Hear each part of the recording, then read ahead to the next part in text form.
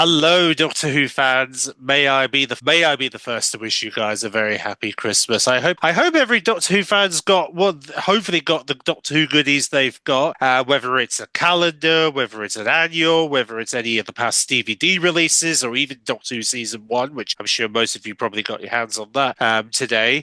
Whether it was in your stockings or even in your like groups of presents today. I hope if you had some Doctor Who gifts, I hope you enjoy it because as you can tell today we had release of this year's Doctor Who Christmas special, another Christmas special written by one of Doctor Who's famous writers, Stephen Moffat, who has written countless classics in Doctor Who's lifespan, from like to the stuff he did with Matt Smith and Peter Capaldi. Now, obviously, he had that success with Boom earlier in the year. Now this is his second script with Shooting At We're in the lead, where he's finally back to doing the Christmas specials again. He hasn't done one since 2017 when Peter Capaldi regenerated into Jodie Whittaker's version of the Doctor, which led to the New Year specials. But let's get into this, shall we? Let's get into my initial thoughts on this brand new Christmas special, Shooty's second Christmas as the 15th Doctor and the Star, build to Series 2. So, I mean, the whole gist of the story, in terms of the basic story, the parts of it, the fact that we have this whole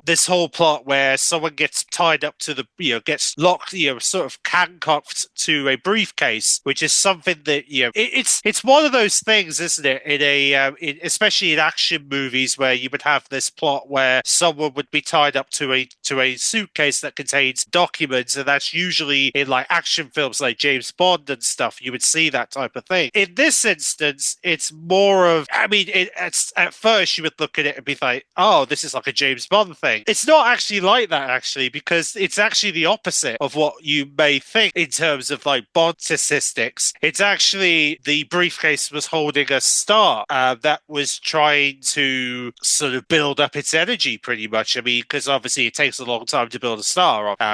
This is like history talk here, but it's so this entire briefcase, which was built from Vascal, built on this like sort of this timey sort of space group that had tried to build a star for years, and they had these star protocols to try and build a star, and it rotated the briefcase over people, and and eventually it would kill people by the form of stardust, which was essentially how they would wipe out like certain individuals after they've swapped the briefcase to someone else. Luckily, the Doctor reversed that halfway through when it got to Joy, because obviously he wanted to protect Joy, because this is his first time actually engaging with someone since he didn't lose Ruby. Ruby left because she's got a mom now. So he did what he could to protect Joy, because he wanted to make sure that Joy was safe. He did that he was able to figure out the code because of the fact that he stayed at a hotel, a regular London hotel, Sandringham Hotel, for an entire year till Christmas Eve 2025, when the Exegol Hotel would end up being built in New York. That would give him access to the Time Hotel, which is what he wanted, to be able to tell past version of the Doctor the code to be able to take Joy with him with the briefcase. And obviously Joy, and he was trying to use emotion to help Joy fight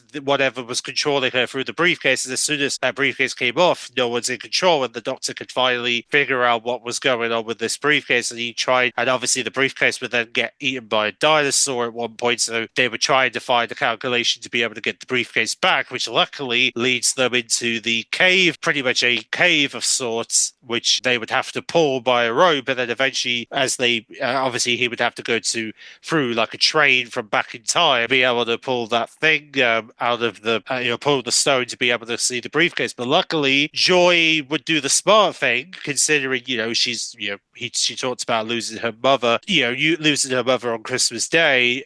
She decided she wanted to save the star and become the star, that become the thing that is part of the story of the Nativity. Because if you know the Nativity, you know that a star star ends up shining that leads to the birth of you know what. So obviously, in a way, Joy is basically doing the nativity. Basically, is what she's doing. So essentially, this whole plot, in a way, in some sense, you could look at it as like, okay, it's literally character becoming the one thing that makes the nativity, the star, which is literally what that is. And it's just common plain. It's funny how Russell talked about, oh, would it be cool to have like a nativity thing? And then lo and behold, last scene of the episode, we see Bethlehem right there, clear as day. Something tells me one of these days we are going to have an episode where they film in well, they obviously can't film there now because of the war going on and stuff going on there. If the war, I would imagine when the war does stop, which hopefully be in a few years' time, maybe Doctor Who can film there and do a proper nativity episode down the road. Hopefully, I mean, obviously, in order for that to happen, you would obviously have to make sure the war is stopped around that area in order for that to really be successful. Otherwise, they would have to use Wales to reconstruct it. I mean, they've already done it here, so they're probably just going to reuse those props to do the nativity anyway. I mean, it would be nice if it was the real location, though, because it would make much more sense if they did the real location. But obviously, yeah, we'll see. Maybe in a few years, maybe something will happen and they'll be able to do it. Yeah, it would be really cool to see a proper nativity-themed Doctor Who story down the road. And I think tonight's episode kind of gives us a little glimpse of what that could possibly look like if they were to go down that at some point down the road. Maybe Joy to the World was a hint towards that idea coming to throughout. Yeah, maybe Russell will build on that idea. I mean, who knows? I mean, it's really hard to say whether we're going to get that idea come to fruition or not, because it's I mean, to be fair, it's down to Russell. It's up to what Russell thinks makes the most sense for Doctor Who. I would honestly love to see it. I would love to see the Doctor saving the Nativity. Would be really nice to see that. Maybe saving the baby Jesus. I think that would be a really interesting concept. Maybe Mary as a companion. I wouldn't mind it. I know Joseph would be a little hesitant because it's the Doctor. You know, if he understood he was trying to save Mary, I think he would be reasonable about it. I think and that's how I would see it, at least. But yeah, and also we had the Silurian back. It was a really and also another person who came back, Ruby Sunday. Who would ever thought Ruby Sunday would show up in the Christmas special? To be fair, even though she didn't, I mean, there was a part of me that was like, oh my gosh, the Doctor's going to call her. No, it was her mom who called her. Fair enough. Eventually, she's going to get that call from the Doctor. We know it's coming because she's going to be coming back next year in the series too. So we know that phone call between the Doctor and Ruby will happen. It's just we just got to be patient on it because we know it's coming next year. Eventually, they're going to meet up again. It's going to be, and it's going to be a part. I mean, we don't know what type of story they're going to be involved with next year, but we know they eventually are going to meet up, especially with the new companion, who we know we're going to be seeing a lot of next year. So they're eventually all three of them will come together, and we'll get to see how they cooperate when they're in the same room. I would imagine they're going to do some really good things with those three. I think we'll see what happens, because I think some interesting things might come out of that dilemma next year when we see them all, when we see that new companion work alongside Ruby Sunday next year. But it's nice to see Ruby, though, even though you could tell looking at that star, she is missing the Doctor. You could really sense that. Yeah, I really wish the Doctor was here, kind of percent. But yeah, it'll be really cool to see that moment when they do finally reunite. I think it's going to be special when it happens. And also the fact that it was really cool with the pre-credit scene. We saw that in if you were lucky enough and saw that in San Diego Comic-Con, you would have saw that pre-credit scene where the Doctor goes through 1940 Manchester with a ham and cheese toasty and a pumpkin latte. That was really funny. He would go through these different doors to these different areas. Really funny. And he even tried to nick a rope the Ice Age area, which was really funny. But yeah, obviously the shooting cat were very energetic and very focused this adventure. You could tell he was having a fun time, this story that he was given by Stephen Moffat. It was I feel it was a very nice, cozy and joyful episode for Doctor Who. And I think it was very joyful, especially for Christmas night as well. It works very well. Yeah, hopefully we're going to see, I think, to see more of this on Christmas see more Christmas specials like this in the next few years, I think it would work nicely with Doctor Who. I mean, it's worked here, so I can't see why they can't do some more like this heading into the next few years. I know obviously it won't be like this a few more years because I mean there is that possibility of Shooty leaving eventually. But I mean, I know we don't really want to think about like Shooty leaving just yet. But I mean, worst comes to worst, and he does have to leave within the next year. Then we're going to have to obviously accept that a regeneration Christmas will eventually happen with Shooty Gatwa, and that's going to be something to think about. Should Russell decide to do the regeneration on Christmas Day in the next few years, which I mean, the next 1 or 2 years, should Shooty Gatwa be told he has to leave within the next 2 years, then we have to prepare for that. But in the meantime, Shooty is for now, until we know what his future is come next year. Hopefully we'll get a decision sometime in the new year where Shooty stands as the 15th Doctor and whether he's going to still be playing the role of Doctor Who or whether he'll be forced to change as a different actor comes in. We don't know. We don't know if Russell we don't know yet. But yes, I mean we don't know. We don't know what the future holds for Shooty Gatwa. I'm being hopeful that he sticks around. I'm hopeful that his contract will renew. Like I said, we can't be certain until BBC says this is what's happening because I feel like Disney is putting the announcement on hold for some reason. I don't know why, but it feels like they're trying to put it on hold on purpose just to put tension, which I think is unnecessary, especially considering that, a lot of people really want this answer to be, they really want an answer to this question. So I'm hoping we'll get some answers soon. I mean, I'm hoping Disney won't be so stupid and make us wait the longest time just to get an answer to this question. I'm dying for an answer, and I think a lot of people are, and I'm hoping the new year is when we're going to get that answer. I think it's safe to say we're going to get another Christmas special next year. I'm very confident to believe we will get a Christmas special next year, even if nothing's been announced yet. I think something will happen for a Christmas special of Doctor Who, so that would be cool. That would be amazing. That would be incredible. So, and then of course, so that's kind of my sort of thoughts on Joy to the World. I really loved the Joy to the World. Joy to the World was amazing. An amazing Christmas special, really cozy, really well thought out story. And the Time Hotel concept, I love that concept. Really love the fact people from all different histories could go to this hotel. Feel like we're going to see that hotel again eventually, considering the Doctor loves that location so much. I feel like it could come back down the road, maybe. We'll see. I mean, maybe Shooty's farewell, or should he leave, maybe we'll see the Time Hotel show up again. I don't know. I mean, there is a possibility there that they could bring this location back.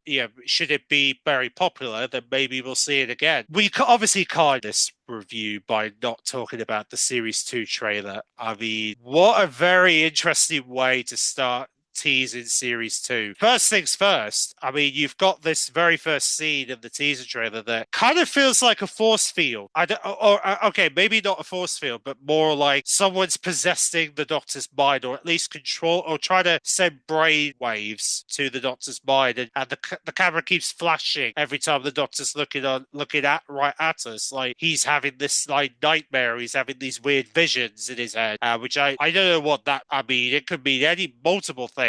It could be that a big returning villain's coming back.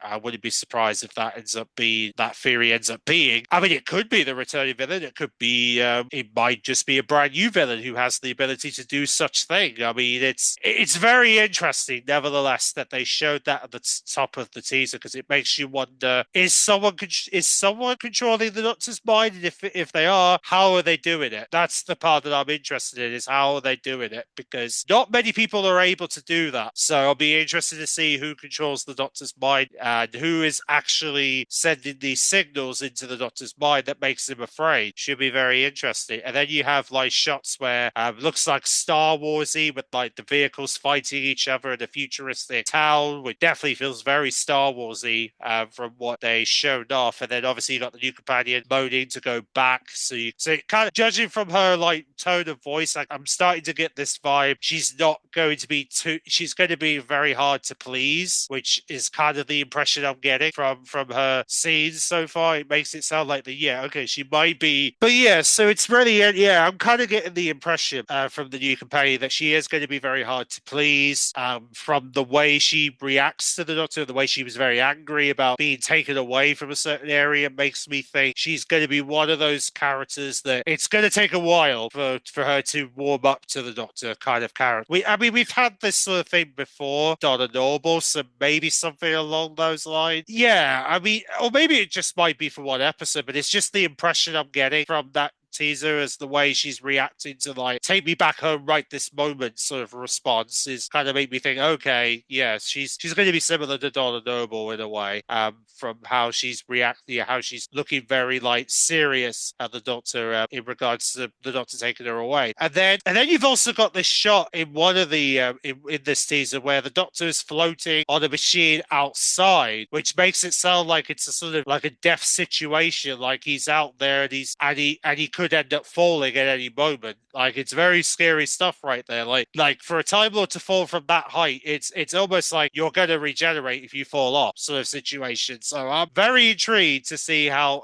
he gets himself out of that one, because trust me, the Doctor's had falls in the past, and especially the fourth Doctor had a fall, and what happened there? He regenerated. So let's hope Shooty Gatwa's Doctor doesn't follow suit. Tom Baker's Doctors, like hopefully it doesn't go down that path. Nevertheless, there's a lot of interesting things, interesting ideas coming out of series 2. I'm very intrigued to see how it goes. I'm intrigued to see what else is on the table. I mean, we don't really have as to what we could expect here. I mean, it's very vague from what we can see so far. And also in terms of the air date, because I was hoping we were going to get some form of an air. All they've said really is coming 2025, and that's about it. So I'm judging from that. I'm judging from Russell's comments we've had not too long ago, saying like, oh, it's going to come sooner than you think. I'm starting to get this impression this series could start Easter weekend, or maybe like March time, possibly, if that's possible. Is it possible to come out in March? Maybe. I don't know. I mean, usually, if this was David Tennant, I would think he would choose Easter Saturday because, well, that's how he would usually release this series. He'd usually bring it out about Easter Saturday, which that would be in beginning of April. I think it is. I need to double check this. I think it's beginning of Easter next year. Yeah, I think it. Yeah. Okay. So it's 19th of April. So about mid-April we're talking. So maybe mid-April we're going to see this. I mean there's a bit of time to promote the series till then. So maybe mid-April Easter time we could see this series. I know it's a bit. I know it's going to be. I mean, I don't think it's that much of a wait really. It's only like 3.5 months, so it's not too bad. And also, if he said sooner than we think, I think it would be Easter. That's what he's hinted at. But then again, he could surprise us and just bring it out beginning of March. And then if that's the case, then we're talking like nearly 2 months to the series. I think it all depends on how the BBC schedules this, because the reason why I'm saying that all this stuff is because, well, we've got Gladiators coming. We've got Bladity Blank coming to Saturday night soon. And then you've got The Weakest Link as well. And then there's also the possibility they might throw in another Saturday night program leading up to I don't know, Easter. With that knowledge, are they going to be able to fit Doctor Who in before Easter? That's what I'm starting to ask myself. Is it possible? Maybe. And also at the same time, you've also got the FA Cup stuff as well. Like you have to also juggle around the football matches at the same time. There's a lot to schedule on Saturday nights in the new year, so it's going to be very interesting to see how they schedule Doctor Who. Whether it's going to be before, if they're doing before Easter, then yeah, they're going to have to be really smart when it comes to scheduling, especially when you've got like these FA Cup stuff going on. Because obviously the FA Cup's going to be a big deal for the BBC when it comes to football, so it's going to be very hard for Doctor Who to get themselves on even before March. We don't really know how many. We don't know how long the FA Cup stuff's going to be on for. It might be on till like Easter. So if that's the case, then they might as well just wait till Easter Saturday at this rate. Yeah, we don't know. We don't know how the schedule's was going to play out because they're not really giving us any guidance yet as to where things go from here. But I guess we'll just wait and see what happens, see when the BBC gives us a date. I mean, I'd like to hope it'll be sooner rather than later. We'll find out, hopefully, when we can enjoy Series 2, when we can enjoy the new companion, finally get to meet the new companion in all her glory. Hopefully, find out villains await in Series 2. And also, we got the spin off next year as well. So I would imagine we're going to get a trailer for that at some point. I don't think it's going to be before New Year's Day. I don't think we're going to get any trailers before New Year's Day, if that's what you're thinking. I would imagine it would be at the end of Series 2 we'll get something. So I would imagine we're going to have to wait till the spring till we get anything about this spin-off, trailer-wise. But news-wise, I think we might hear something beforehand, before Series 2. I think we might get some images maybe here and there, maybe some news about it, and then trailers come after Series 2. I think they're going to wait till then, have it properly market it, comes to like trailers and stuff. So yeah, I think we're going to have to wait a little while for the spin-off. If you're hoping for anything about the spin-off, I think we're going to have to wait for some time till we see some. Nevertheless, very good Christmas special. I hope, like I said, I hope all you Whovians have had an amazing Christmas day. Next review, I mean, I've got the best of the Whoniverse on New Year's Eve. We're going to be reviewing the War Games in color on New Year's Day. Looking forward to reviewing that. Trust me, I love that colorized War Games. Oh my gosh, the scene, the regeneration scene as well. We're going to talk about that. The Doctor Who at the Proms, I'm going to have a review for that also coming in the new year. Oh, I guess you could throw in the Doctor Who Unleashed Christmas special in there as well, because why not? And then we're also going to have reviews of the Underwater Menace, Celestial Toymaker, and even the TV movie in the new year as well. So plenty of reviews coming up as we head into 2025. Enjoy yourselves. Enjoy your snacking, your drinks, whatever you're doing, or if you're having your Christmas dinner this late, enjoy it. And I will catch you all New Year's Day for the review of the War Games in colour. Happy Christmas, everyone.